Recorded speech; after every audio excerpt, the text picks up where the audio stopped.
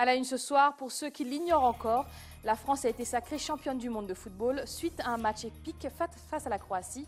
La Guyane a fêté cette victoire comme il se doit, même si certains échauffourés ont tenté de gâcher l'ambiance. Des images à découvrir dans cette édition. À venir dans votre journal, la Guyane fait partie des régions françaises où la suroccupation des logements est la plus concentrée. C'est ce qu'a dévoilé un rapport de la Commission générale à l'égalité des territoires, des chiffres dont nous parlerons dans quelques instants.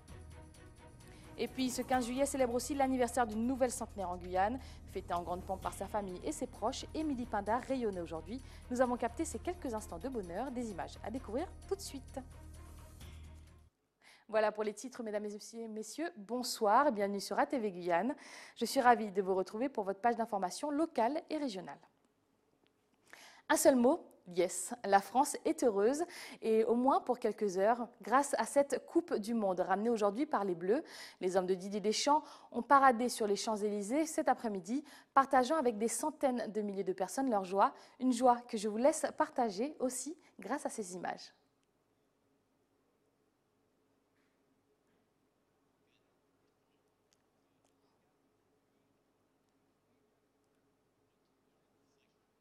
À 8000 km de là, la Guyane a elle aussi dignement fêté cette victoire.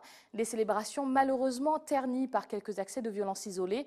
Pierre Tréfou est lui aussi descendu dans la rue afin d'immortaliser un pur moment de bonheur et de rassemblement offert par les Bleus.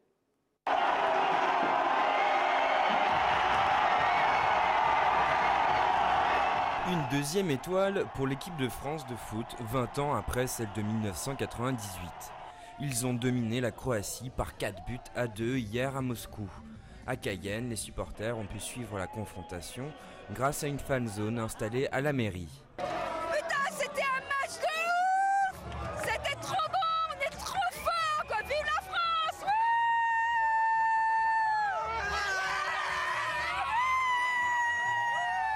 Ouais! Génial, au top, on est les meilleurs! Merci la France! Merci Mbappé! J'y croyais, parce que vous voyez bien que je prends la deuxième étoile! Bon, c'est vrai que pendant le match, on a eu peur. On était sûrs! On était sûrs que la France allait gagner. Elle était pour nous! Un vidé s'est formé dans les rues de Cayenne après la rencontre. Plusieurs milliers de personnes sont venues défiler. Mais des incidents ont éclaté en fin d'après-midi et plusieurs interpellations ont été faites.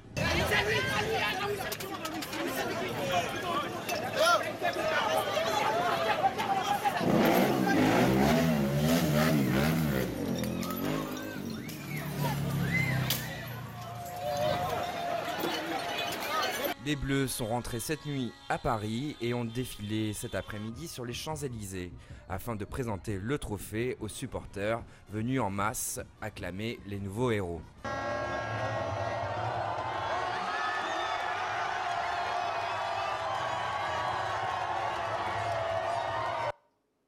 Et entre Paris et Cayenne, on retrouve la Martinique, qui elle aussi a vibré au rythme de cette Coupe du Monde. Surtout une certaine famille installée à Morne-Rouge, qui avait les yeux rivés sur un joueur en particulier. Nos collègues ont été à la rencontre des parents de Raphaël Varane, encore sur un petit nuage.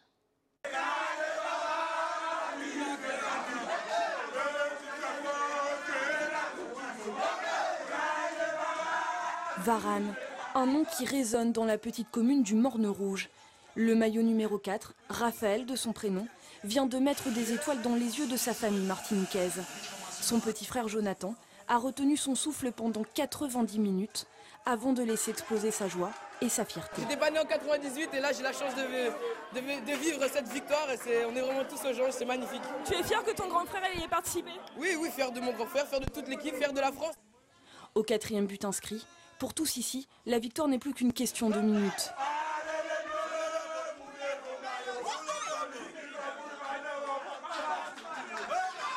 Difficile pour certains de retenir leurs larmes. 20 ans que les supporters de l'équipe de France attendaient ça. Raphaël Varane n'avait que 5 ans lors de la victoire des Bleus de 98. 2 décennies plus tard, il leur offre la coupe. C'est énorme. On sera champion du monde pendant 4 ans. Donc pendant 4 ans, quelquefois je dirais je suis champion du monde. À 25 ans à peine, Raphaël Varane devient le joueur français le plus titré de sa génération. On est fiers de toi, Raphaël! Ouais,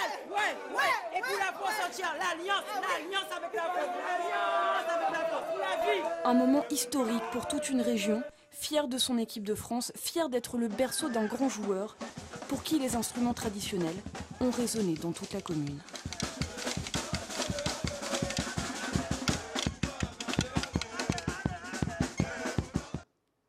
On délaisse le ballon rond pour un retour en Guyane. Visite officielle aujourd'hui à la CTG. L'ambassadeur de la République de Chine en France a été reçu par la vice-présidente Hélène Sirder. Ce signe fort envoyé aux Guyanais à la communauté chinoise composant notre société a été immortalisé par Gaël Oassim. Depuis dimanche, l'ambassadeur chinois Shan Zhu est en visite sur le territoire guyanais. Hier, il est parti à la rencontre des ressortissants chinois ainsi que des instances officielles. Il avait rencontré le préfet Patrice Faure. Aujourd'hui, c'est au tour de la CTG avec la première vice-présidente Hélène Sirder. La Chine tente en tout cas d'avoir un renforcement des relations avec les territoires d'outre-mer. C'est très important parce qu'on oublie que la France, c'est aussi ces territoires d'outre-mer. La Guyane, nous avons une position très stratégique, notamment avec le spatial. Il y a des accords bilatéraux entre la Chine et la France. Le spatial en fait partie, la biodiversité, le climat, également la pollution atmosphérique en font partie. Et donc, c'est une visite très intéressante. J'allais presque dire qui tombe à point donc nommé, parce que nous avons des relations étroites avec la communauté chinoise d'ici. Mais il nous faut maintenant bâtir notre coopération avec d'autres pays et la Chine notamment. Un panel de possibilités en matière de coopération entre la Guyane et la Chine, parmi elles le spatial et la biodiversité pour ne citer que. Hier, il est aussi allé à la rencontre des représentants de la communauté chinoise et en ressort avec une certaine satisfaction. J'ai rencontré hier soir des représentants de cette communauté chinoise de Guyane. Je leur ai dit le message que je porte cette fois-ci, c'est-à-dire que nous avons été très heureux de savoir que les Chinois d'origine ou de nationalité de Guyane vivent en harmonie avec les autres communautés de Guyane française et qu'ils contribuent au développement socio-économique de la Guyane française. Nous leur souhaitons encore plus de succès et qu'ils contribuent encore davantage au développement de la Guyane. Cette rencontre est la preuve de l'amitié sino-guyanaise et illustre la richesse qui fait la diversité de notre territoire. Il poursuivra sa tournée aux Antilles-Guyane vers la Guadeloupe dès ce mardi. Ouvrons le chapitre écologique avec une bonne nouvelle. Notre territoire va accueillir les bureaux de l'Agence française pour la biodiversité en Guyane. Quel sera l'objet de ce premier service d'une agence de l'État installée sur nos terres? Patrick Lecante, maire de Montignéry et président du comité de l'eau et de la biodiversité, est sur le plateau pour en parler avec nous. Bonsoir Monsieur Lecante. Bonsoir Madame Phillips. Merci d'avoir accepté notre invitation. C'est tout naturel pour parler donc d'un sujet important comme celui donc de cette agence de l'État en Guyane. En quoi, justement, la création de cette agence est une bonne nouvelle pour la Guyane et pour les Guyanais?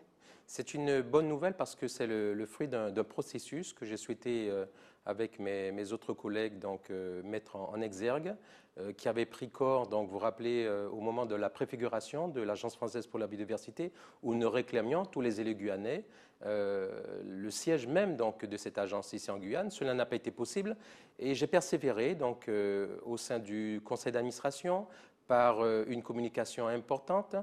Cette communication a même été reprise par, rappelez-vous, le candidat Emmanuel Macron, qui indiquait donc la valeur même de la biodiversité, puisque c'est 50% de la biodiversité française qui se retrouve ici sur une terre continentale et amazonienne. Et puis des discussions donc, tout au long de l'année 2017 et 2018, avec une préfiguration qui consistera tout simplement à localiser ici en Guyane, pour l'ensemble de la France, un service dédié à la valorisation économique de la biodiversité. On parle trop souvent donc, de notre biodiversité simplement sous l'angle de la préservation des parcs, des réserves naturelles. Il s'agira donc tout simplement de tirer l'essence même donc, de l'économie en faveur de nos populations. Justement, nous parlons d'économie. Quelles seront les retombées concrètes pour la population guyanaise? Les retombées concrètes, on va prendre un exemple simple sur mon territoire communal avec l'huître de Montignéry. Il a fallu attendre beaucoup trop longtemps pour que cette huître soit reconnue donc, par les instances gouvernementales à travers un arrêté donc, qui aujourd'hui permet cette valorisation. Nous avons donc un jeune de la commune qui aujourd'hui est en études, qui reviendra sur son territoire de façon à pouvoir mettre en place cette ferme que nous appelons de nos voeux.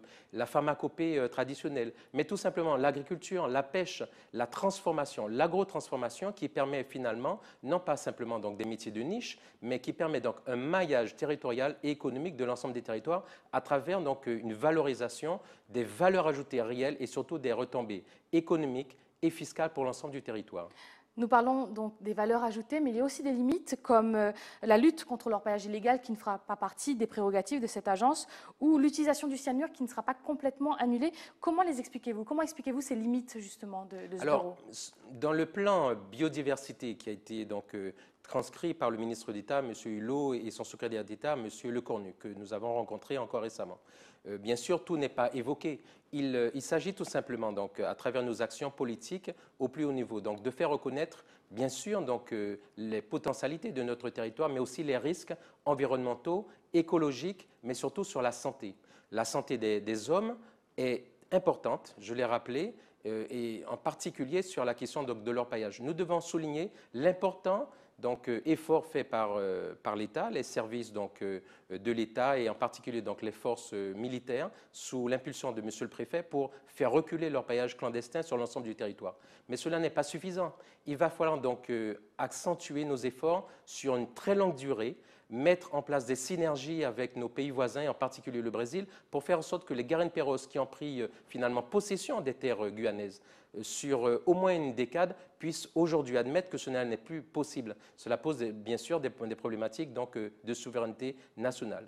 Et concernant donc, le cyanure, comme le mercure, n'attendant pas donc, finalement donc, des rapports comme le chlordécone aux Antilles pour se rendre compte que la santé des populations était mise en danger. Nous devons, comme l'a prescrit le Parlement européen il y a de cela donc, 2 ans, comme le reconnaît aussi le BRGM à travers ses recommandations, nous devons mettre fin donc, à l'utilisation du cyanure, qui a été effectivement donc, la molécule utilisée depuis le 19e siècle, mais qui aujourd'hui présente de tels dangers pour les travailleurs, pour la santé des écosystèmes, mais aussi pour la santé de nous tous qui utilisons l'eau. Nous devons mettre fin tout simplement à cette utilisation. Justement, on parle beaucoup du cyanure dans le projet de la Montagne d'Or. Quelle est votre position? Ma position est intangible, elle n'a pas changé. J'ai commis donc des rapports sur le sujet, une lettre ouverte qui a été lue par un grand nombre d'entre vous, ici en Guyane, mais aussi un peu partout. J'ai également donc réalisé donc, cette contribution pour le développement d'activités issues de la biodiversité en Guyane, et je reconnais qu'il faut effectivement faire non seulement attention à ce que j'appelle quelque part un miroir aux alouettes, mais surtout faire le lien entre nos potentialités minières, mais surtout ce que nous sommes. C'est-à-dire tout simplement donc, des populations sur un écosystème qui reste très fragile, tout simplement. Pour vous dire que les démonstrations du professeur de Cyclope, rappelez-vous, ne m'a pas du tout convaincu. Bien au contraire. Il parle donc des activités du passé avec un lobbying qui est le sien, que nous pouvons respecter, mais aujourd'hui, la parole publique doit prendre le dessus sur tout ça et tout simplement indiquer donc, à nos compatriotes guyanais qu'il y a une voie du possible, et c'est celle que j'indique à travers donc, toutes nos actions au quotidien en faveur de la biodiversité. Pour revenir donc à cette agence, comment les Guyanais pourront suivre son développement, ses projets? Est-ce qu'il y a des sites internet, un lieu spécifique où justement on pourra se tenir au courant? Concrètement, donc, le service dédié à la valorisation de la biodiversité sera localisé dans un lieu qui sera connu prochainement. Les offres d'emploi sont déjà donc, en ligne. J'espère qu'un Guyanais donc, sera à la tête de ce service. Et puis, je dis clause de revoyure, de façon à ce qu'effectivement les Guyanais voient au quotidien donc, les choses s'accentuer, tout simplement parce que c'est un acte aussi donc, de déconcentration que nous avons voulu faire à travers l'agence française pour permettre finalement donc, à tous les porteurs de projets de se rendre dans un lieu qui leur sera dédié de façon à pouvoir donc, voir l'effectivité donc, de leur projet se réaliser. Merci beaucoup, Monsieur Lecomte, d'avoir répondu à nos questions.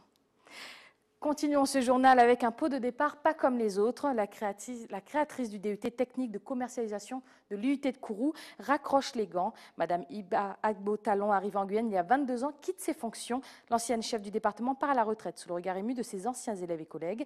Gaëlle Oassim a assisté à ce moment émouvant. Je suis venue en Guyane en 1996 et je suis venue pour l'éducation nationale. Et à un moment donné, vite, j'ai quitté le lycée Félix Eboué parce que j'ai senti qu'il manquait quelque chose aux jeunes Guyanais. Ne serait-ce que des études supérieures en commerce.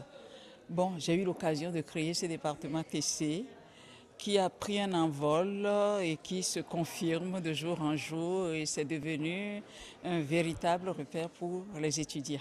Mes projets, c'est de continuer à travailler avec l'université parce que nous avons signé une convention de coopération avec le Bénin. Donc les professeurs, les enseignants, mes collègues d'ici iront enseigner là-bas. Ce seront des véritables échanges. Il y a des projets avec le Canada. Je continuerai sur les relations internationales. Quand c'est trop facile, méfiez-vous. Et quand c'est difficile, foncez. Le commissariat général à l'égalité des société avec territoires le rapport de la Commission générale à l'égalité des territoires qui vient d'être publié. Il dévoile notamment les chiffres de la suroccupation des logements et la Guyane explose les records. Alors que la moyenne nationale est de 4,5%, les chiffres affichés par notre région lui sont 8 fois supérieurs. Les explications d'Ayodele Germa. Le commissariat général à l'égalité des territoires a présenté aujourd'hui son deuxième rapport sur la cohésion des territoires en France.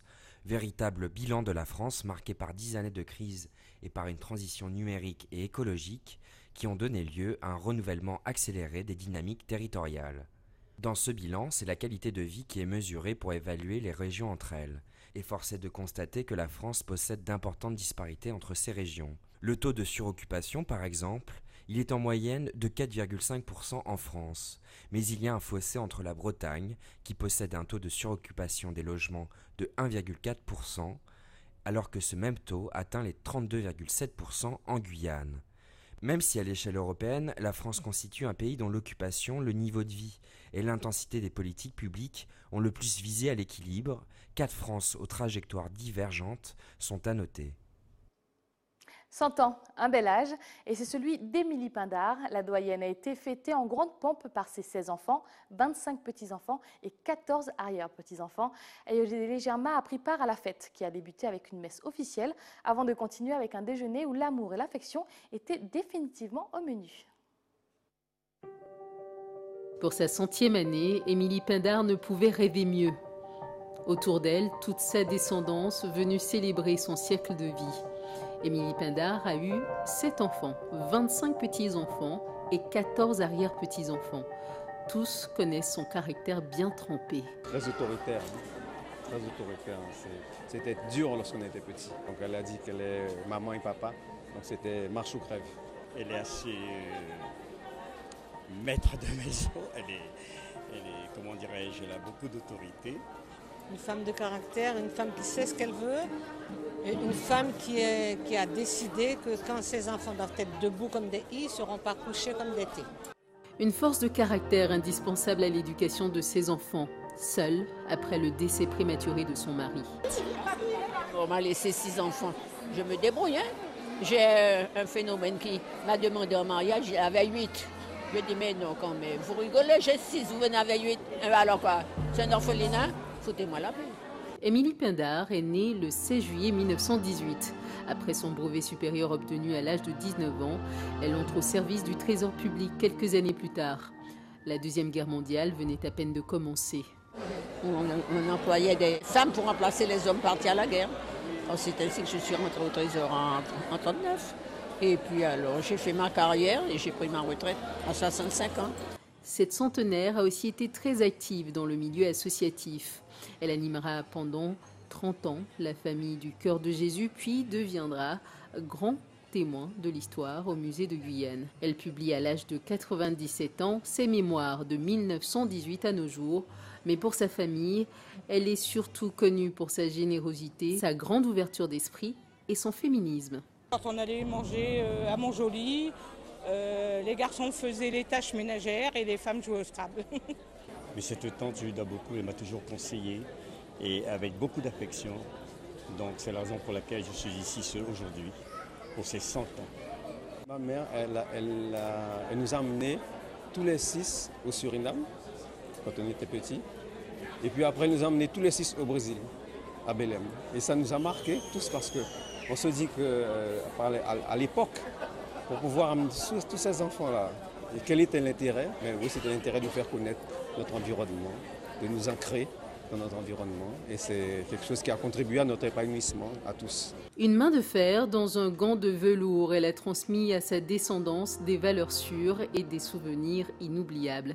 Pour eux, il est certain que sa longévité ne fait que commencer. Le fait de vivre souvent avec elle, de partager beaucoup de choses avec elle, fait qu'on savait qu'elle allait atteindre cette barre-là et on pense qu'elle ira un peu plus loin encore. On lui souhaite de continuer autant que le bon Dieu nous permette. Et puis, merci. Merci pour tout ce qu'elle nous a donné. Alors, j'étais réputée pour une personne très maladive. Et je tiens jusqu'à présent.